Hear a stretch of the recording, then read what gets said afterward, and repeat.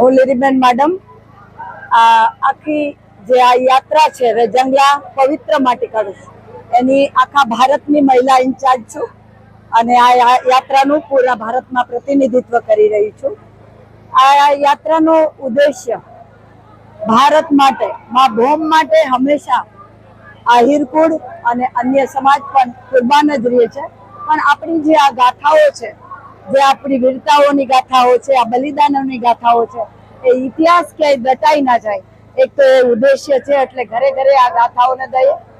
વીર આહિરો 114 આહિરો જ્યારે ચીન સાથે વિશ્વ યુદ્ધની દરમિયાન 3000 ચીનીઓને એક આહિરોએ 10 ને માર્યા। આવી વીરતાઓ, આવા પરાક્રમો જે આહિર કુળ છે એ સદા માં ભૌમ માં ભારતી કાજ અને ધર્મ કાજે સદાય અગ્રેસર રહ્યું છે। આ વિશ્વને મેસેજ આપવા માટે આ યાત્રા કરી રહ્યા છે। આ યાત્રાની સાથે સાથે ગીતાજીના શ્લોકો અને વૃક્ષારોપણના કાર્યક્રમ થઈ રહ્યા છે। આહિર સમાજ હંમેશા 4 કાર્યની અંદર અગ્રેસર રહે છે। એક તો માં ભારતની સંસ્કૃતિને ઉજાગર કરવાનું, બીજું કાર્ય હોય તો ગીતાજી, ઘરે ઘરે ગીતાજીના જ્ઞાનનો પ્રચાર કરીને આત્મબળ વધારવાનું, ત્રીજું કાર્ય હોય તો માં ભારતીની સેવા કરવાનું અને ચોથું કાર્ય હોય તો પ્રકૃતિ। આવી રીતે સમસ્ત અમારા ભારતના 22 કરોડ યાદવો આ કાર્યમાં જોડાયેલા છે। બીજો એક આનો સંકલ્પ એવો છે કે જ્યારે 1962ના યુદ્ધની અંદર જે યાદવો શહીદ થયા એને આજે વીરાંજલિ આપવાનું।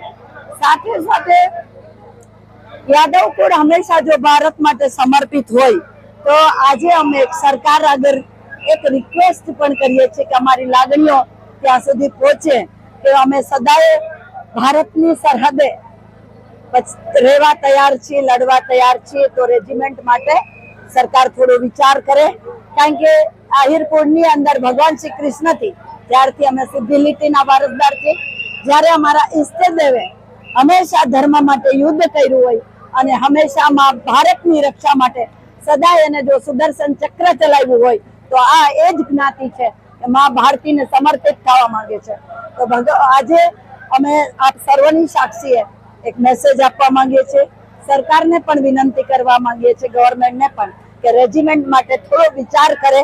સદાય અમે આ સેવાની અંદર તત્પર છીએ। તો આ બાબતનો એક મુખ્ય અમારો અહેમ છે કે રેજિમેન્ટ માટે સરકાર શ્રી વિચાર કરે। પણ આ યાત્રાને આ કોઈ યાદવ કુળ છે એ યાત્રાને ઉત્સવમાં એટલે અમે મનાવી રહ્યા છીએ કારણ કે આ ભારત દેશ આપણો છે।